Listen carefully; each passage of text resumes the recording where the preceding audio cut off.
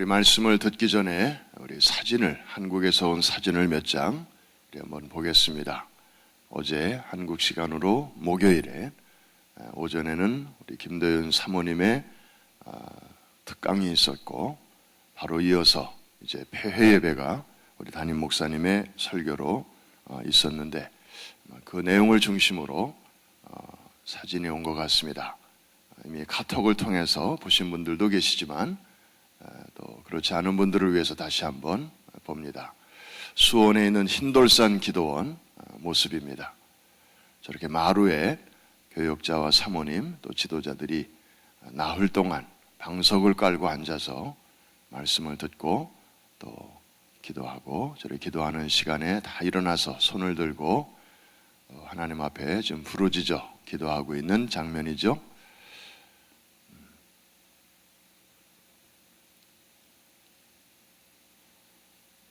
많이들 모였습니다.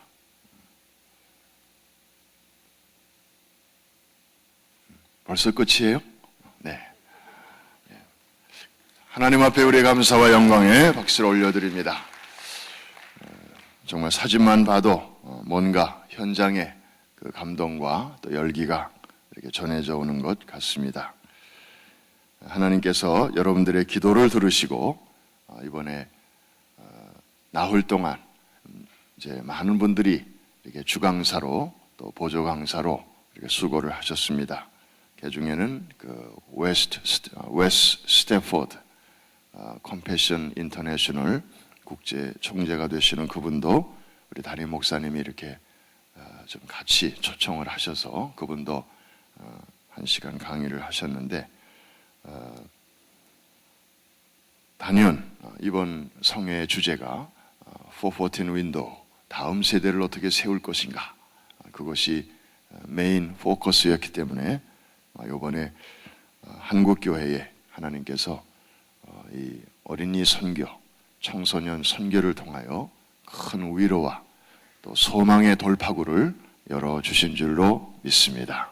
많은 분들이 위로도 받고 또 도전도 받았다는, 현지에서 동행하시는 우리 선교팀들의 연락을 우리가 받았습니다.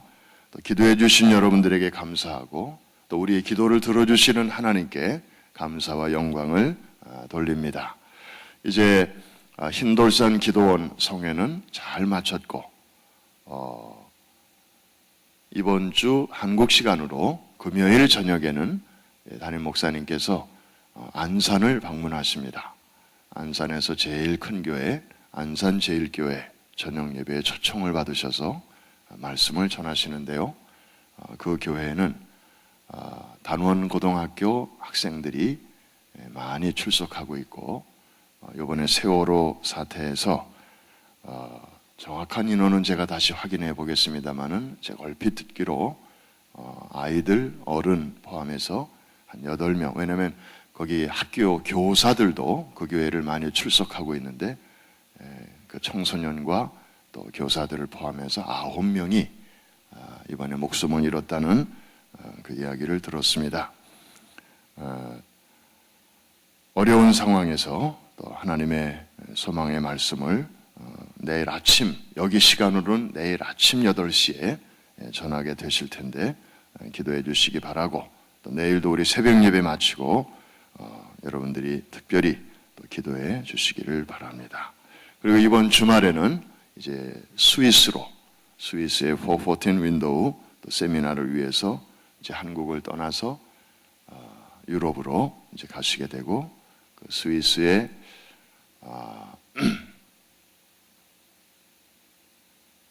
갑자기 도시 이름이 생각이 안 나네요. 거기서 세미나 하시고, 또 프랑스의 메이콘이라고 하는 데서 또 414 세미나를 인도하시고, 다음 주 주말에 뉴욕으로 돌아오시게 되겠습니다.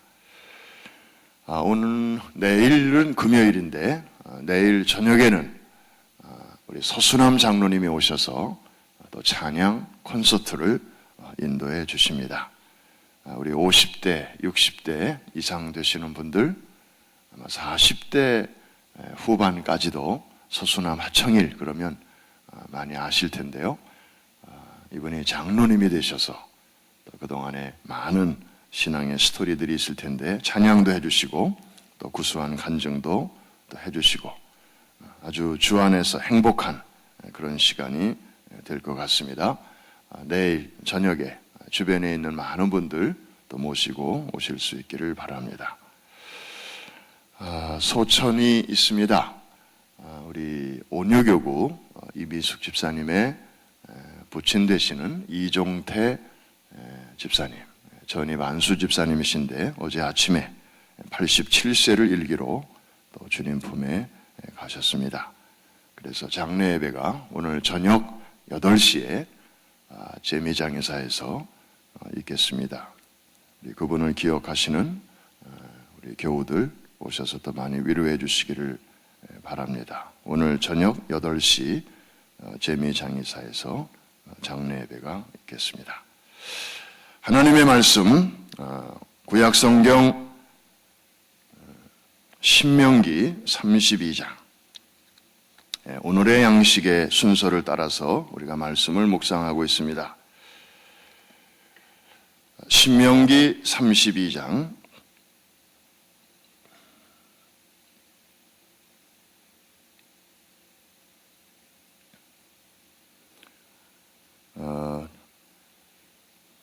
7절부터 12절까지죠. 제가 가진 성경은 313면입니다. 다 찾으신 줄로 알고 7절부터 12절까지 한 음성으로 같이 읽습니다. 시작. 옛날을 기억하라. 역대 연대를 생각하라. 내 아버지에게 물으라. 그가 내게 설명할 것이요 내 어른들에게 물으라. 그들이 내게 말하리로다. 지극히 높으신 자가 민족들에게 기업을 주실 때에 인종을 나누실 때에 이스라엘 자손의 수요대로 백성들의 경계를 정하셨도다. 여호와의 분깃은 자기 백성이라. 야곱은 그가 택하신 기업이로다. 여호와께서 그를 황무지에서 짐승이 부르짖는 광야에서 만나시고 호위하시며 보호하시며 자기의 눈동자같이 지키셨도다. 마치 독수리가 자기의 보금자리를 어지럽게 하며 자기의 새끼 위에 너풀거리며 그의 날개를 펴서 새끼를 받으며 그의 날개 위에 그것을 엎는 것 같이 여호와께서 홀로 그를 인도하셨고 그와 함께한 다른 신이 없었도다. 아멘. 참 너무나 고마운 말씀이 여기 기록되어 있네요. 하나님께서 땅에 있는 성도들을, 여러분들을, 우리를 다루시는 손길이 참 다양하신데 그거를 크게 요약하면 두 가지로 요약할 수 있습니다. 하나는 모성적인 그런 접근이 있고 다른 하나는 부성적인 그런 접근이 있습니다. 마치 한 아이가 세상에 태어나서 자랄 때 아버지의 손길이 필요하고 또 어머니의 손길이 필요해서 이렇게 아버지와 어머니 사이에서 아이가 태어나게 하시는 것과 같은 원리라고 말할 수 있겠습니다. 그래서 한쪽은 보호, 한쪽은 인도. 그래서 한쪽은 이렇게 따뜻하게 감싸주시고 다른 한쪽은 좀 세게 이렇게 훈련을 시키시는 이 두 가지가 같이 이렇게 어우러지면서 이제 우리의 그 영적 신앙도 구김살 없이 또 한쪽에 치우침이 없이 그렇게 성장할 수가 있습니다. 성경을 읽어보면 이렇게 동물로 하나님의 사랑을 이제 표현하신 그런 부분들이 있는데요. 자, 이 모성적인 접근은 이렇게 하나님이 말씀하십니다. 암탈기 병아리를 품듯이. 예수님께서 예루살렘 성을 내려다보시면서 암탈기 병아리를 품듯이 내가 너희를 품으려고 한 적이 얼마나 많이 있었느냐. 그런데 너희들이 때로는 거기 머물러 있다가도 때로는 거기가 답답하다고 이렇게 뛰쳐나간 적이 또 얼마나 많이 있었느냐, 그렇게 말씀하십니다. 여러분, 이 암탉이 이렇게 병아리들을 품는 모습을 보면 참 흐뭇합니다. 보기만 해도 아주 이렇게 든든하죠. 근데 주로 어느 쪽에 그렇게 하는가 하면은 아주 이 병아리가 이렇게 아주 어렸을 적에 자기 스스로 보호할 힘도 없고 외부의 공격이나 침입이 있을 때 그거를 방어할 수 있는 그런 힘도 없을 때에는 이 어미가 그것을 다 이렇게 날개 아래 병아리들을 품는 것입니다. 그래서 위기가 온다든지 사나운 짐승이 다가온다든지 그러면 닭도 그렇고 이 오리도 그렇고 거위도 그렇고 날개를 이렇게 펴가지고 할 수 있는 한 새끼들을 이렇게 품습니다.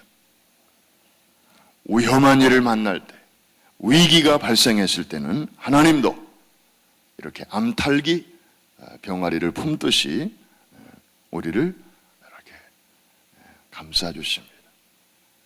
그 순간만큼 가장 가까이 계신 순간이 없습니다.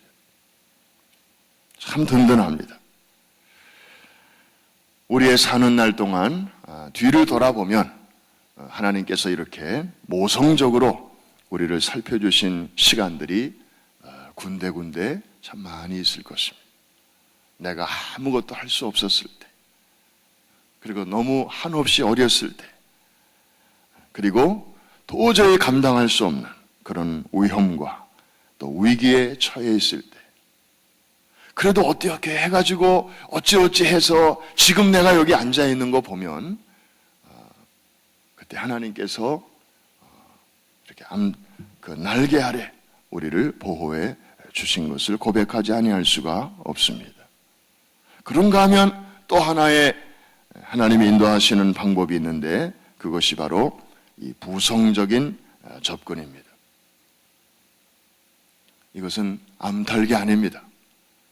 이때는 하나님은 독수리로 변하십니다. 독수리가 새끼를 다루듯이 그렇게 우리를 다루실 때가 있습니다. 11절에 보니까 마치 독수리가 자기의 보금자리를 어지럽게 하며, 이 독수리가 새끼를 어떻게 키우는가에 대한 이야기는 여러분들이 아마 상식적으로 많이 아실 것입니다. 독수리가 달래 독수리가 아니죠. 어려서부터 강하게 키웁니다. 그래서 새끼가 아주 어렸을 적에는 이렇게 주변을 보드라운 그런 재료로 감싸주지만 조금 이 새끼가 좀 크다 싶으면 그 부드러운 부분을 다 걷어냅니다. 그러면 이제 나뭇가지의 그 딱딱한 부분이 새끼들의 그 예리한 피부를 이렇게 건드리니까 새끼들이 힘들어요. 그래서 둥지를 다 기어 나와요. 아우 여기 너무 따가워. 아우 여기 너무 아파. 그래가지고 이제 기어 나와요. 그럼 기어 나오면 절벽인데 뭐. 기어 나오면 절벽이에요. 왜냐하면 절벽 높은 곳에다가 둥지를 짓기 때문에. 그래서 뭔가 좋은 게 있을 줄로 하고 나왔는데 나와보니까 그렇거든요. 그러면 이제 또 독수리가 위에서 막 날개로 바람을 막 넣어요. 그러면 절벽을 내려보다가 하다가 이제 떨어지는 거예요. 그러면 독수리 살려 그러면서 이제 막 떨어지겠죠. 날개짓도 아직 못할 때니까, 날개도 아직 요만큼밖에 안 났을 때니까. 그럼 그대로 이제 추락하는 것은 날개가 있다 그런 책 제목도 있던데, 그때 독수리는 이 새끼는 아마 아니야 나는 추락하고 있는데 나는 아직 날개가 없어, 아마 그렇게 속으로 막 외칠 거예요. 근데 본능적으로 막 이제 날갯짓을 하는데 그대로 그냥 추락합니다. 이렇게 죽는구나. 그러는 순간, 땅에 막 부딪히려고 하는 순간 어미 독수리가, 애비 독수리가 어디선가 쏜살같이 달려와서 그 날개로 새끼를 업어서 다시 이제 고공으로 올라갑니다. 이런 훈련을 몇 번 하고 나면 이제 새끼들은 소위 내공이 생기고, 그리고 어깨 쪽지에 힘이 생기고, 이제 그러면서 어깨의 근육과 또 이 모든 활동들이 활발해지게 됩니다. 우리가 새끼의 입장에서 생각해 보면 부모가 그렇게 야속할 수가 없죠. 포근한 둥지, 거기에서 포근한 부분을 다 빼버리고, 그 다음에 그래서 견디다 못해서 바깥으로 나올 수밖에 없게 하고, 그리고 또 바람을 불어넣어서 절벽 아래로 떨어뜨리고,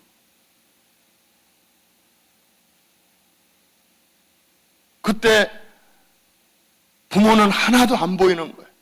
어디 갔는지. 온 세상에 자기 혼자 있는 것 같고, 이 고통을 나 혼자 당하는 것 같고, 세상에 나같이 불행한 사람 없는 것 같고, 부모가 뭐 보여야 말이지. 그런데 사실 이 새끼의 눈에만 안 보이다 뿐이지, 지금 독수리 부모는요, 새끼를 그렇게 해놓고 딱 지켜보고 있어요.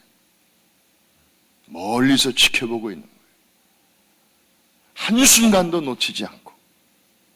여러분, 그 독수리의 눈, 영어로 eagle's eye라는 표현이 있는데, 이 독수리의 눈, 이거는 굉장히 매섭고요, 그 다음에 멀리까지 보는 눈이에요. 우리 사람이 보는 것보다 훨씬 더 멀리까지 봅니다. 그러니까 높은 곳에 있으면서도 멀리 있는 이 쥐나 이런 것들이 움직이는 것까지 다 이렇게 보는 거예요. 하물며 자기 새끼의 움직임을 왜 놓치겠습니까? 그래서 하나님이 우리를 때로는 모성적으로 이렇게 인도하실 때는요, 하나님이 우리를 한순간도 떠나시는 적이 없어요. 암탉이 병아리를 품듯이 이렇게. 새끼들도 알아요. 엄마가 지금 나와 함께 있구나 하는 걸 알아요. 그런데 부성적으로 우리를 인도하실 때가 있어요. 우리를 좀 강하게 키우시기 위해서. 독수리가 병아리를 키울 수는 없잖아요.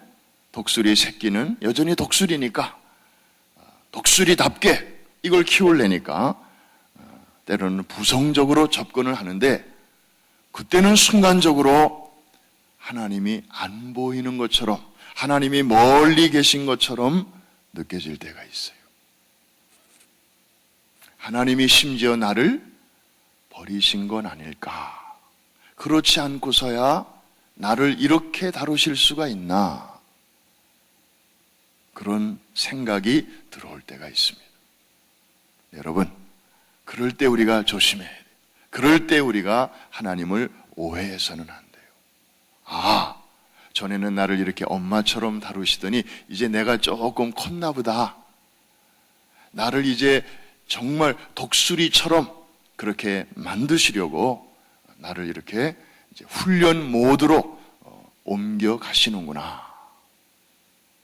비록 내 눈에, 내 느낌에 주님을 내가 잠시 그분의 임재와 현존을 내가 느끼지 못한다 할지라도, 하나님은 어디선가 나를 한순간도 놓치지 않고 보고 계신다. 이 믿음을 가져야 할 것입니다.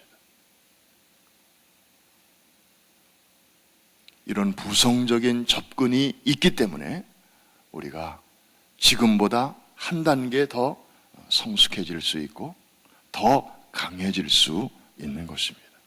한없이 그냥 암탉처럼 그렇게 평생을 하나님이 우리를 품기만 하시면 우리는 세상 물정도 모르고 그냥 여기가 좋사오니 하고 그 날개 아래만 있다 보면 그냥 안전은 한데 강하게 클 수가 없어요. 이 험한 세상에 나가서 제구실할 수가 없는 것입니다. 하나님은 그래서 오늘 본문 10절은 암탈기고 11절은 독수리예요. 자, 10절은 보호하시는 손길이고 11절은 훈련, 인도하시는 하나님의 또 다른 손길인데, 우리 10절과 11절 두 절을 다시 한번 다 같이 한 음성으로 읽겠습니다. 여호와께서 그를 황무지에서 짐승이 부르짖는 광야에서 만나시고 호위하시며 보호하시며 자기의 눈동자같이 지키셨도다.